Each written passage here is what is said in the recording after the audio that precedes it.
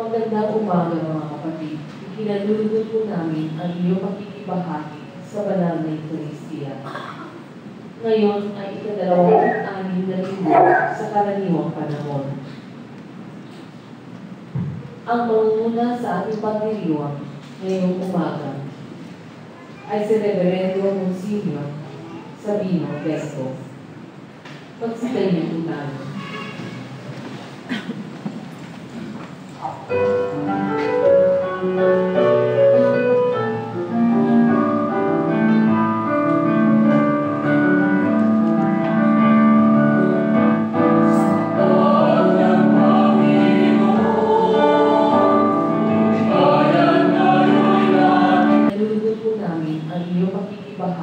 Sa banal na Eucharistia. Ngayon ay ika-26 na linggo sa karaniwang panahon. Ang mangunguna sa ating pagdiriwang ngayong umaga ay si Reverendo Monsignor Sabino Vesco. Magsitay niyo po tayo.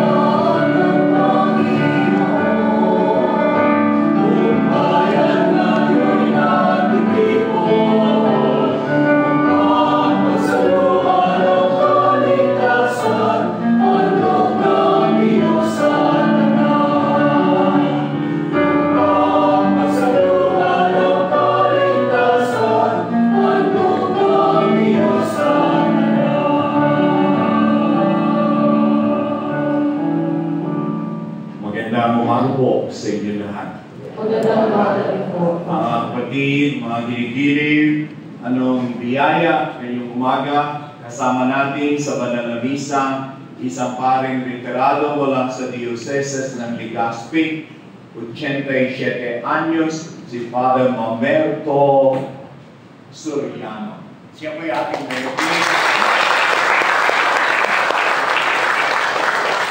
Isa siya sa mga pari na pinagdarasal natin bago magsimula ang misa. Isa siya sa mga pari na pinamahal at pinaglilingkuran ng ating foundation, Kadiwa sa Pagpapari Foundation. Kaya ang siya po ay sumama sa atin, ako'y nagagala at patuloy tayong nananalangin at ginagawang lahat para sa kapakanan ng mga paring matatanda, retirado at may karamdaman. Ngayon mga ginigilig, ito ating gampanin ay gawin natin sa ngalan ng Ama at ng Anak at ng Espiritu Santo. Amen. Sumainyo ang Panginoon. Ang Panginoon ay sumasating. Isang paraan sa pamgitan ng kanyang alagad. Isang karagdagang biyaya na meron tayo ngayong isang kumakatawan sa mga naglingkod ng mahabang panahon. Kaya lalo nating dama ang ating pagsasabi, Panginoong Diyos, lahat ko'y ginagawa mo para sa aming kapakanan. Ngunit hindi namin masasabing lahat ay ginagawa namin para sa aming kabutihan. Panginoon, kaawaan mo kami. Panginoon, kaawaan mo kami. Panginoong Diyos, bawat sakit ng buhay sa iyo ko'y mahalaga. Kaya ang kaunting panahon natitira pa sa matatanda, mahalagang mahalaga sa iyong mga mata. Sana sa amin din. Kristo, kaawaan mo kami. Kristo, kaawaan mo kami. Panginoong Diyos, iyong batas, pag-ibig sa iyo, pinatututuhanan ng aming paggalinga at kagandahang loob sa isa't isa, lalo na sa maghihina. Panginoon, kaawaan mo kami. Panginoon, kaawaan mo kami. Kaawaan tayo ng makapangyarihang Diyos, patawarin sana ang lahat nating mga kasalanan at tayo'y patnubayan hanggang sa buhay na walang hanggan. Amen. Walhati sa Diyos sa kaitaasan.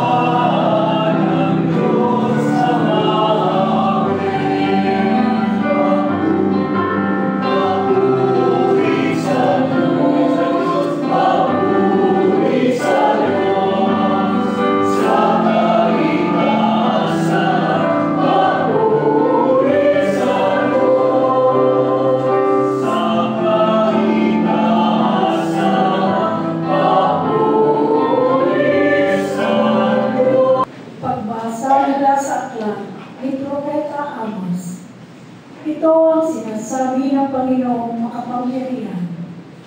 Kahabag-habag kayong namumuhay na maginhawa sa Sion. Kahabag-habag kayo na nahihiga sa magagarang kama at nagpapahinga sa malalapat na hinlayan habang nagpapakabusog sa masasarap na pagkain. Lumilikha pa kayo ng mga awit sa sayo ng mga alpa tulad ni David. Sa malalaking mangkok na kayo umiinom ng alak at mamahaling pabango ang ipinapahid ninyo sa katawan.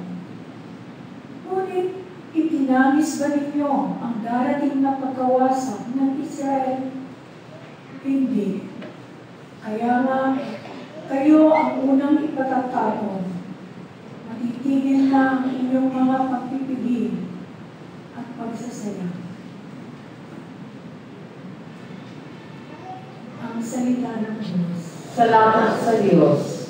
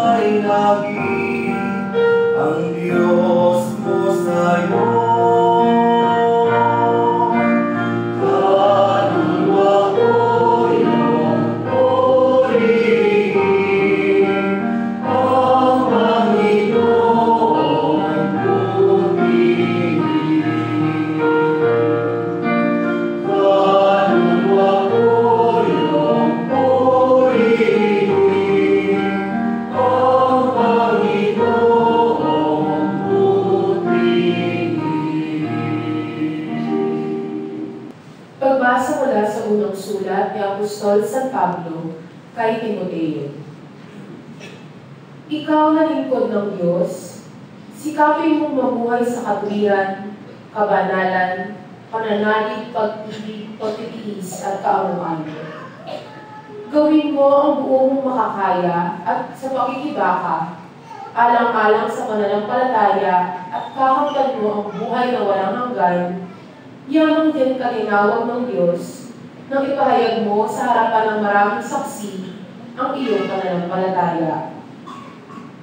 Sa ngalan ng Diyos na nagbibigay buhay sa lahat ng bagay, at sa ngalan ni Cristo Jesus na nagpatotoo sa harapan ni Poncio Pilato, iniuutos ko sa iyo, ang mga tagubiling ito ay panatilihin mong mabisa at walang kapintasan hanggang sa pagdating ng Panginoong Kristo.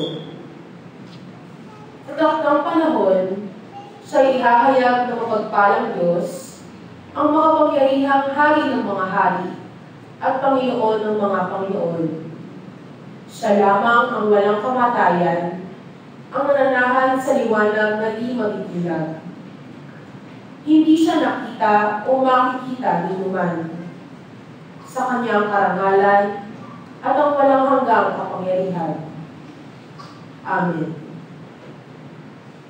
Ang salita ng Diyos. Salamat sa Diyos. Magsitayo po tayo.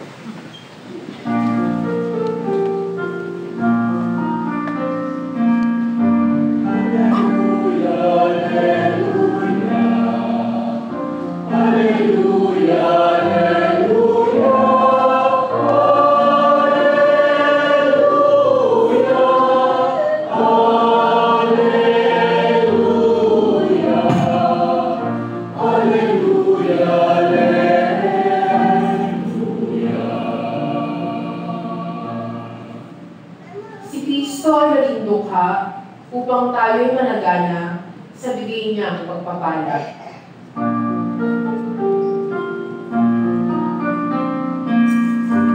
Alleluia, Alleluia, Alleluia, Alleluia, Alleluia,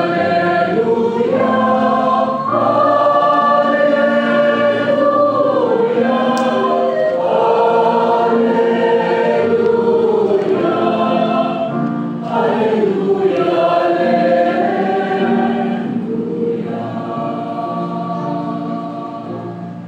Sumainyo ang Panginoon. At sumainyo din. Pagbasa sa banal na Ebanghelyo ayon kay San Lucas. Papuri sa iyo, Panginoon.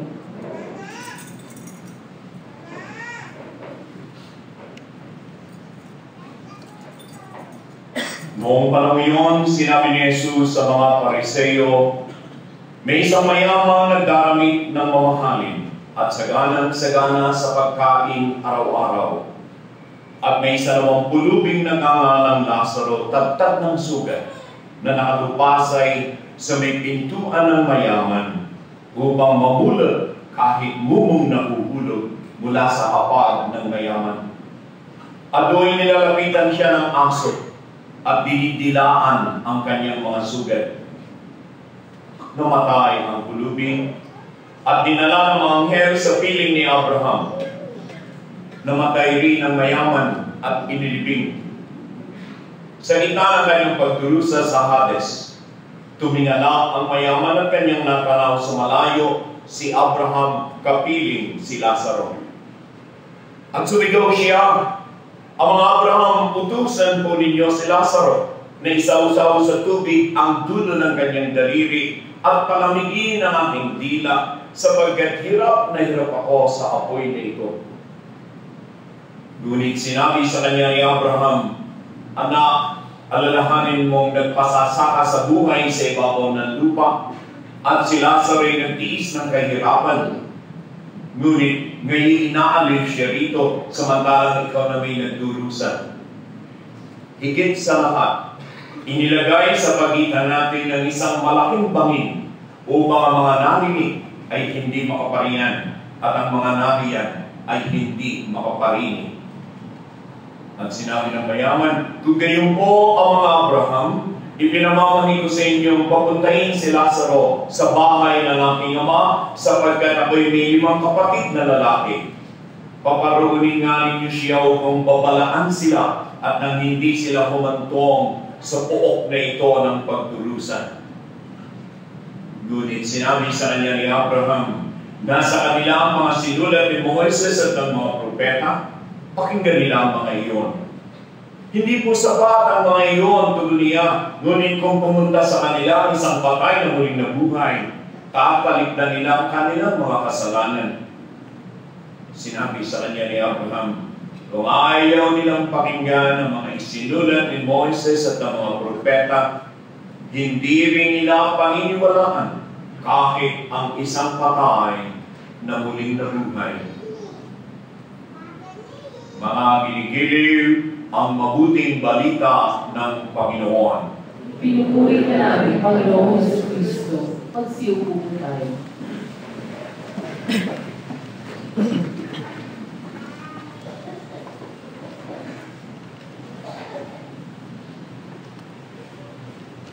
Dalawang larawan ang sa atin ay iniharap. Larawan na magkaibayo sa lupa pa lamang at larawang magkaibayo rin sa kabilang buhay. Ang larawan ng isang mayaman, masasabing nasa kanya na ang lahat. Yung pagkakatagalog, siya raw ay nananamit ng mamahalin. Ang nakalagay sa orihinal ay nakadamit siya ng purpura at ng sedang malambot. Iyon ang detalyado na sinabi lamang mamahalin. Hindi nakuha yung gustong ipahiwatig. Noong unang panahon, ang panahon ng mga Romano, ang pinakamahal na tela ay ang kulay purpura, sapagkat ang tanging paraan nila noong unang panahon na magkaroon ng ganyang kulay sa damit ay kumukuha pa sila ng isang uri ng suso mula sa North Africa, yung susong murex kung tawagin. Kaya sino lamang sa Roma ang nakapagsusuot ng purpura? Mga senador, emperador. Kaya sino man tao na may suot na purpura, ikaw ay hindi lang mayaman, ikaw ay doon sa mga tunay na pinakamayayaman. At ganoon din, yung labas ay purpura, yung kanyang panloob ay yung malambot na seda. Sa mga tuwid, yung pagpapasarap ng kanyang katawan, ganoon din ng kanyang tiyan. Sabagat hindi marami lamang ang pagkain, kung hindi lahat na ng uri at pinaka-espesyal na pagkain, iyon ang araw-araw niyang kinakain.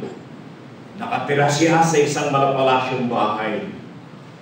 At sa kabilang banda, sa may pintuan nitong mayaman, isang pulubi, nabuhay pa'y basura na, sabagat ang lumalapit at sa kanya'y nagkakalkal ay aso. Ano ang pinupuntahan ng aso? Basurahan. Sino ang basurahan dito? Itong pulubi. At bakit siya nakahandusay doon? Naghihintay siya na yung mga dumi. Kasama na nga yung mumot labis na pagkain. Baka merong walisin ang palabas. Siya'y tinuturing ng asong basura. Siya'y nabubuhay sa basura ng kapwa-tao. At nang mamatay, kabaligtaran ngayon ang kinasapitan. Malinaw kung bakit yung mayaman nang siya'y mamatay, tanging nasabi sa kanya, siya'y inilibing. Siya'y bumalik sa lupa, hanggang doon na lamang siya. At bakit? At iyan ang napakahalaga para sa ating lahat ngayong umaga. Bakit ganoon ang kanyang kinahinatnan? Sagot, sapagkat hindi niya ginawa ang dapat niyang gawin, ang madali niyang magagawa. At ano nga iyon? Na ikaw at walang sino man tao ang nabubuhay para sa sarili lamang. Ang pagguhit ng pagkatao niya nung siya'y nasa daigdig pa, siya'y nabuhay para sa sarili. Wala siyang ginawa iyon ang pinakamalaki niyang kasalanan. Kinaligtaang gawin, napabayaan na gawin, sin of omission. Maaaring sabihin niya, ako'y nasa bahay lamang at nagpapasarap. Oo nga. Pero ano yung hindi mo ginawa na dapat mong gawin, na napakadali mong gawin? Iyon ngayon ang panagutan mo. Ang tanong, mga kababayan, ano ba ang ginawa ng pulubi? Bakit siya dinala sa piling ni Abraham? Alalaong baga, bakit siya pinapasok sa langit? Ano ba ang kanyang ginawa?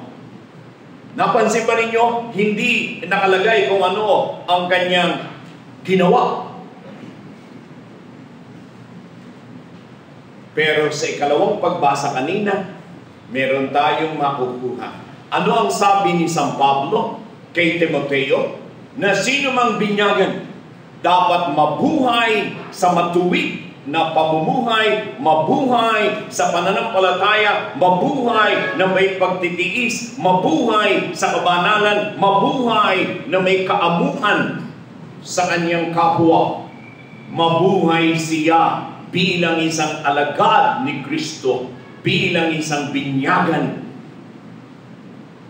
Yung kayang pulubi, sa gitna ng kanyang karalitaan, ano ang hindi niya ginawa? Malinaw, hindi niya ginawa na ginawang dahilan ng kanyang karalitaan upang siya ngayon magnakaw. May mga tao na ang kanilang karalitaan ay dahilan para sa kanila, na sila naman ay maging snatcher, hold-upper. Ako'y maralita. Gagawin ko ngayon ang alin? Ang labag sa batas ng Diyos at ng tao? Ano ang hindi ginawa nitong pulubi? Hindi niya ginawa na sapagkat siya nagdurusa, ang Diyos ay kanyang sinisi. Hindi niya pinabayaan na lasunin ang kanyang puso, tungayawin ang lumalang. Hindi niya yung ginawa. Ano kaya ang ginawa niya? Sabi ni San Pablo kay Timoteo, mabuhay ka na marunong magtiis. May mga bagay hindi mo mababago. May mga bagay hindi mo kasalanan at walang may kasalanan. Katulad ng ikaw ay panganak na meron ng karamdaman. Ngunit gagawin mo ba dahilan ng iyong karamdaman upang ikaw ay mamuhi sa kapwa mo, upang ikaw ay maging buwisit sa kapwa-tao, upang ikaw ay maging pabigat kanino man, pati na sa pamilya mo?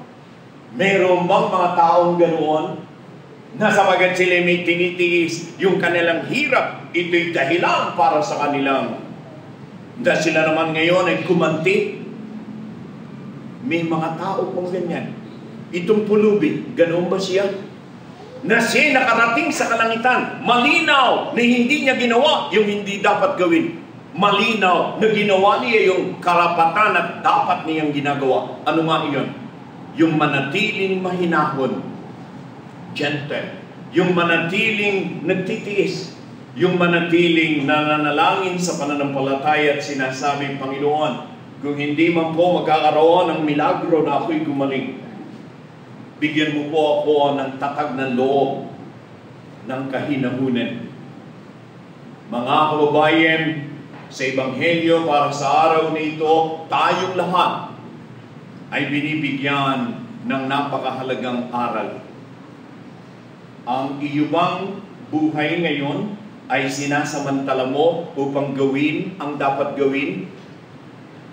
Ang iyong buhay ngayon, ano man ang katayuan mo, bata ka o matanda, may sakit ka o malusog ka, mayaman ka o dukha ka, lahat tayo, kanya-kanya tayo sa ating sitwasyon na mayroong mga una, hindi dapat ginagawa. Ikalawa, meron tayong dapat gawin. Kung ako'y may sakit at meron akong asawa at mga anak, ang mga pamilya ko ba ay pahihirapan ko sapagkat ako'y naghihirap? O sila ba'y bibigyan ko ng halimbawa? Si Padre Mamerto, sa kanyang edad bilang isang pare, ilang taon na nakalilipas nang muna ko siyang dalawin sa Legazpi. Pinili niya, retired na siya, na doon sa seminaryo tumira. At ako'y nagulat sapagkat para panatilihin niyang ayos, malusot ang kanyang paborito'y pingpong.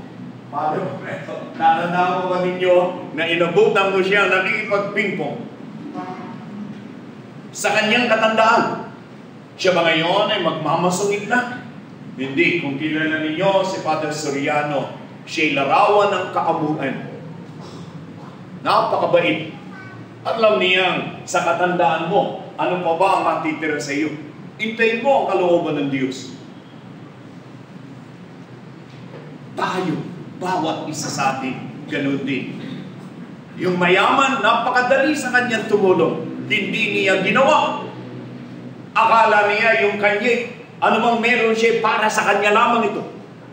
At napansin ba ninyo, talagang para sa sarili siya noon? Yung mga kapatid niya, nung siya mamatay na, at saka niya ngayon gustong tulungan. Huli na ang lahat. Huli na ang lahat. Nung ikaw ay nasa lupa pa, lahat ng pagkakataon ay binigay sa iyo. Hindi mo ginawa. Ngayon ay wala nang maaari kang gawin pa. Ito naman pulubi sa kabila ng kanyang katayuan. Malinaw, hindi niya ginaya yung mayaman na nabuhay para sa sarili lamang. Na pinabayaan, na pabayaan na gawin yung dapat gawin.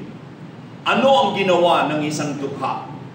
Sagutin natin, kung ako ang dukha, ano ang gagawin ko? Ngayong ako'y dukha, ano ba ginagawa ko?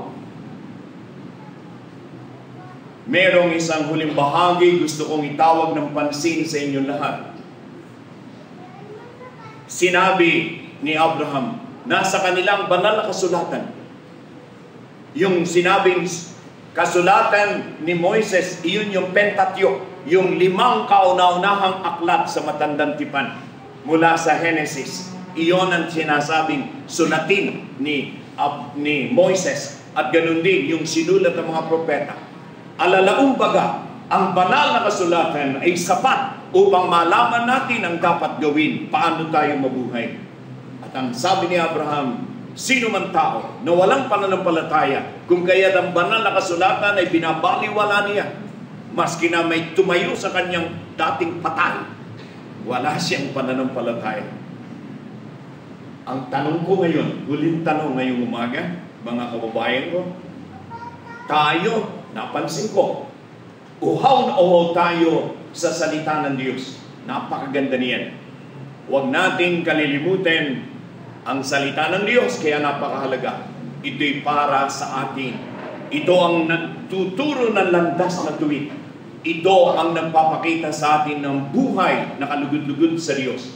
Ito'y kaya naririyan ay upang tayo'y gabayan, upang tayo'y alalayan. Sana nga, pagawa natin ang dapat gawin, maiwasan ang dapat iwasan, sapagkat tayo'y tinuturuan ng Diyos sa pamamagitan ng banal na kasulatan. Ang sinabi ni Abraham sa mayaman, kayong nariyan ay hindi makaparirinig, at kaming naririnig ay hindi makapapariyan. Laki ang nagwat. Panalangin ko, mga kababayan, sana pag ako'y nasa langit na, makita ko kayong lahat na nagsisimba sa Edsa Shrine, kasama ko. Huwag sanang mangyari. Pag ako'y nasa langit, bakit ko alam na ako'y na mapapunta sa langit? Sapagkat masasabi ko ng buong katotohanan, ginagawa kong lahat ang alam kong dapat kong gawin, at iniiwasan ko ang alam kong hindi ko dapat ginagawa. Gawin din ninyo yun. At doon ulit, hindi sa Edsa Shrine lamang, pati langit, doon magsasama-sama tayo muli. Okay, basta lumapit kayo, magpakilala. Hindi ko kayo natatandaan lahat. Pagdating ko sa langit, magkakasama tayo, kasama nung pulubi. At doon, si Abraham ang magsasabing, nakinig kayo sa salita, nabuhay kayo ng tama. Hali kayo, merienda tayo. Amen.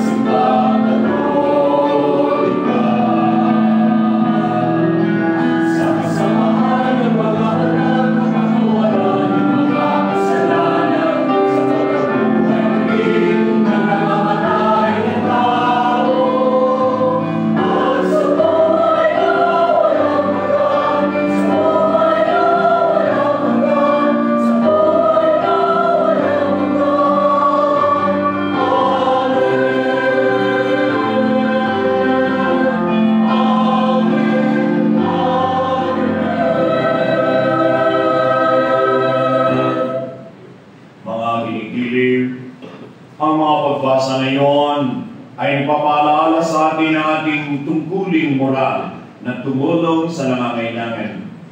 Ang paggunita sa pambansang araw ng mga magdaragat ay iba yung pagkakataon para patunayan natin ang ating malasakit sa kanila namang kapakanan. Sabihin po natin, Panginoon, dinggin mo kami. Panginoon, dinggin mo kami.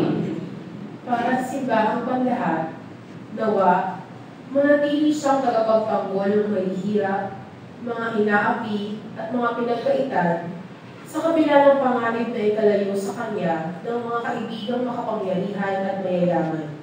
Manalangin tayo. Panginoon, dinggin mo kami. Para sa Santo Papa, mga obispo at lahat ng iba pang pinunong espiritual, nawa, lagi nilang ipagtanggol ang mga karapatan ng lahat ng inaapi o pinagsasamantalahan ng mga walang pusong individual o institusyon. Manalangin tayo. Panginoon, dinggin mo kami. Para sa mga nanunungkulan sa industriyang pandagat, nawa, lagi nilang igalang ang mga karapatan at karangalan ng mga mandaragat at umiwas sila sa anumang pagsasamantala. Manalangin tayo. Panginoon, dinggin mo kami. Para sa ating mga mandaragat, nawa, magampanan nila ang kanilang tungkulin at maging matatag sa harap ng kabipuan o pangungulila at humango nawa sila ng inspirasyon sa mga pagpapahalagang Pilipino at mananampalatayang Kristiyano. Manalangin tayo. Panginoon, dinggin mo kami. Para sa mga pari, relihiyoso, at mga laikong tumutulong sa mga mandaragat sa buong mundo, nawa, di sila magsawa sa paglilingkod nila at sila'y biyayaan sa kanilang gawain. Manalangin tayo. Panginoon, dinggin mo kami. Para sa lahat ng laiko, habang ipinaglilibang natin ang linggo ng mga laiko, nawa, maunawaan natin ang ating kahalagahan sa pagtataguyod ng kaharian ng Diyos. Manalangin tayo. Panginoon, dinggin mo kami. Tahimik natin panalangin ang ating mga bansaling kahilingan.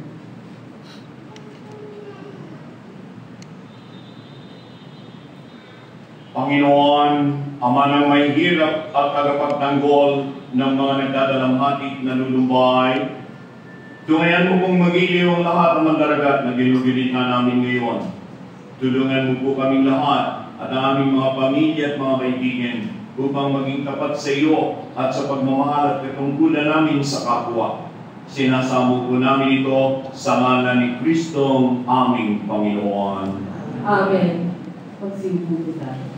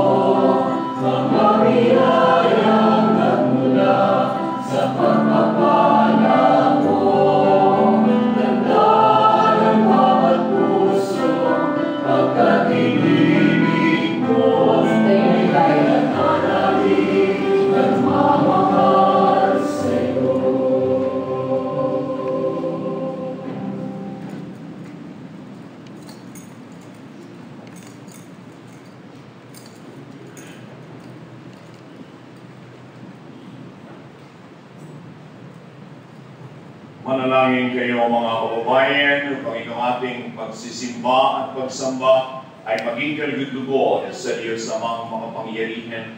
Ang ginawa ng Panginoon, itong pagkakain sa iyong mga kamay, sa kapulihan niyang karangalan, sa ating kapakinabangan, at sa buong sambayanan niyang banal.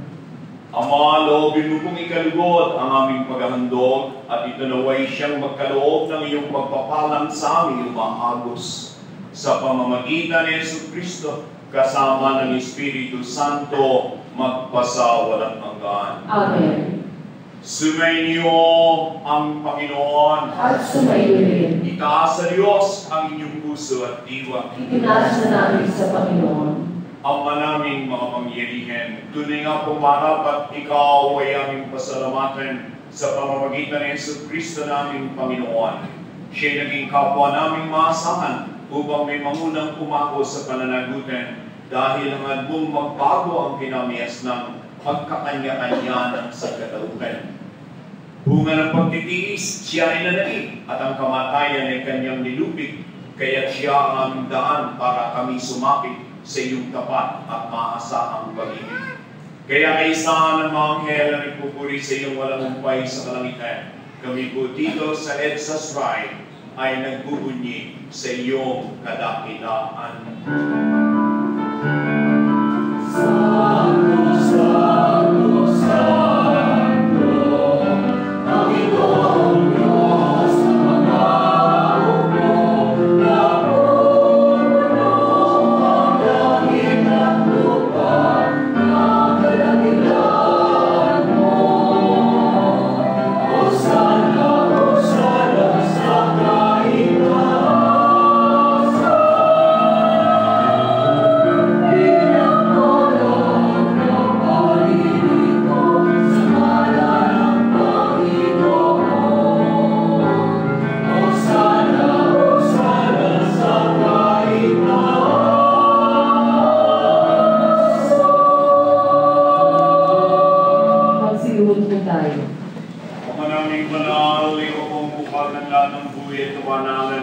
kaya sa pamamagitan ng Espiritu, gawin mo banal ang mga kaloob nito upang para sa amin maging katawan at dugo ng aming Panginoong Jesucristo. Bago niya pinagtiisan kusang loob na maging handog, kinuha niya ang tinapay, nagpasalamat sa iyo, hinati yun, ibinigay sa kanyang mga lagad ng wika. Tanggapin ninyo lahat ito at kanin. Ito ang aking katawan na ihahandog para sa inyo.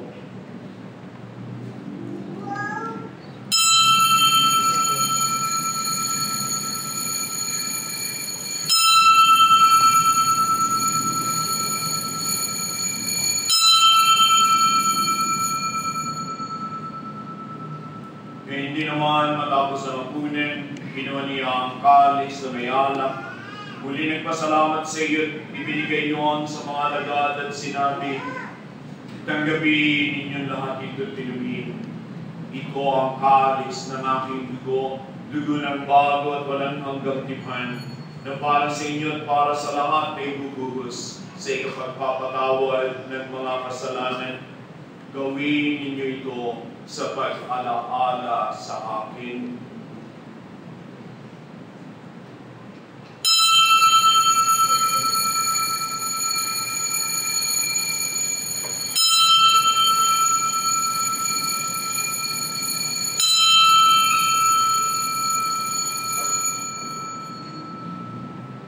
Pandakan natin ang pananampalataya.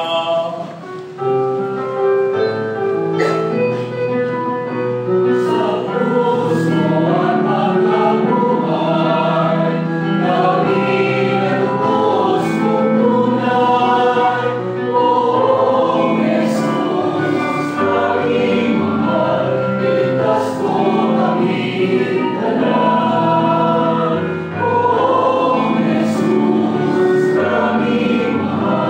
Gayon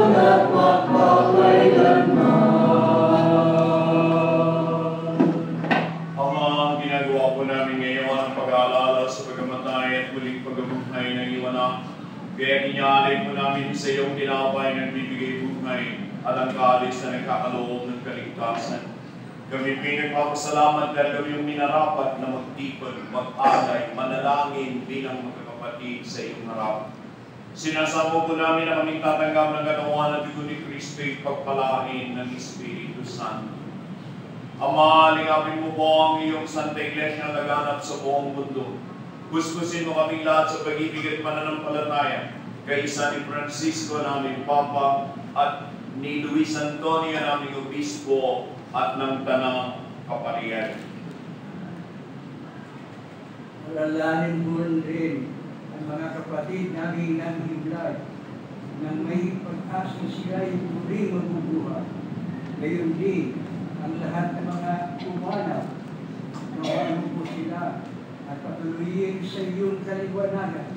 Tawaan mo at pag-iigdapati kaming lahat na makasal sa iyong buhay na walang wakas.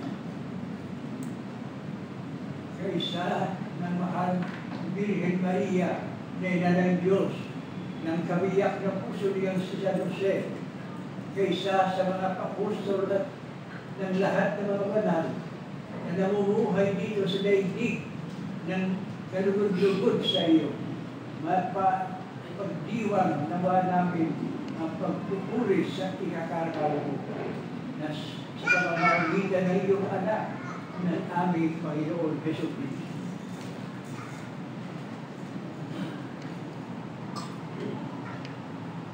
Sa pamamagitan ni Kristo, kasama niya at sa Kanya, O Diyos amang makapangyarihan, Ikaw ay pinagpuri, pinagdarama, kaysa ng Espiritu Santo, magpasawalang hanggan.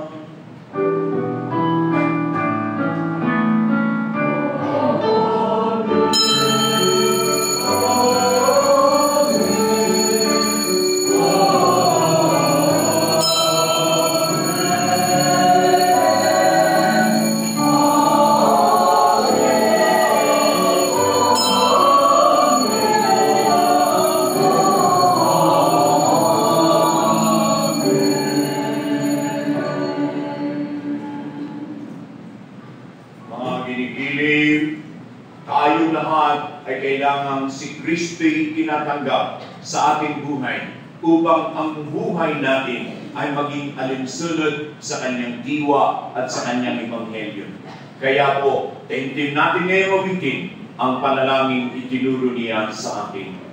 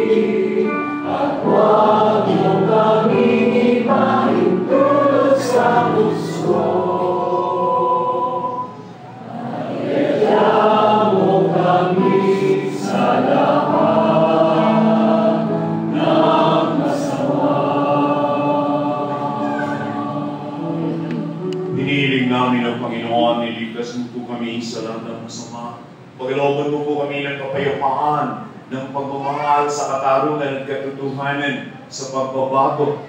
Ilayo mo po kami sa lahat ng karahasan, Samantalang hinihintay namin sa iyong pagbabalik ni Yesu Kristo ang aming manlubos.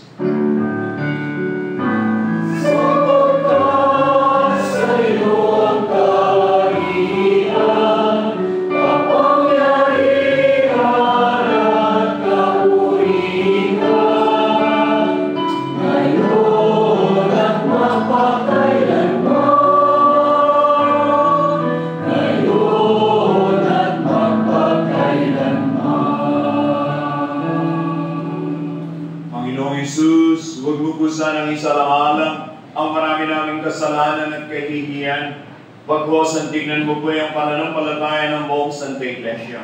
Pagilooban mo kami ng kapayapaan, pagkakaisa, pagbabago, alinsunod sa iyong kalooban, nabubuhay ka nag-ahari, magpasawalang hanggan.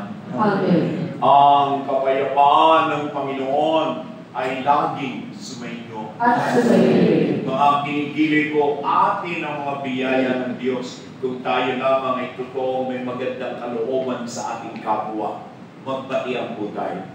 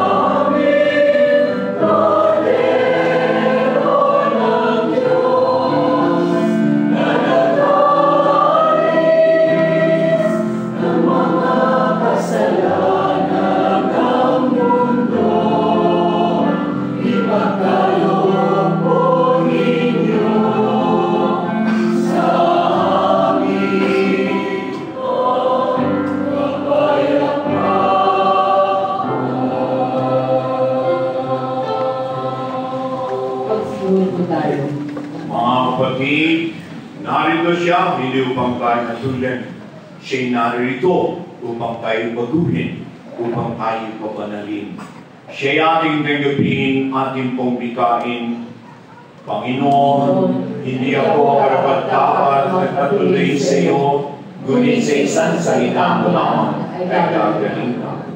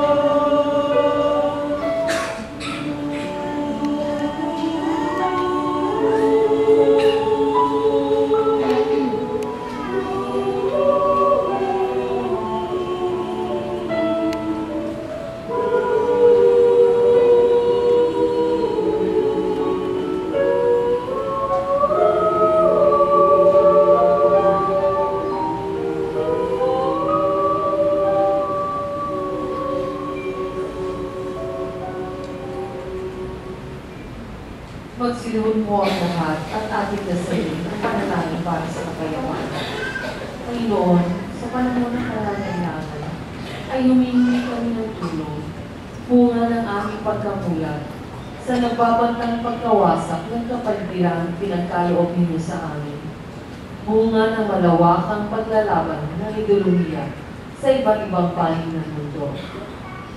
Pagkalooban ninyo kami ng sapat na lakas upang maipalaganan ang kabutihan, katarungan, pagmamahalan at kapayapaan. Sa gitna ng labanan, ituro ninyo sa amin ang pagtutulungan. Sa kasaganaan, ang pagbibigay.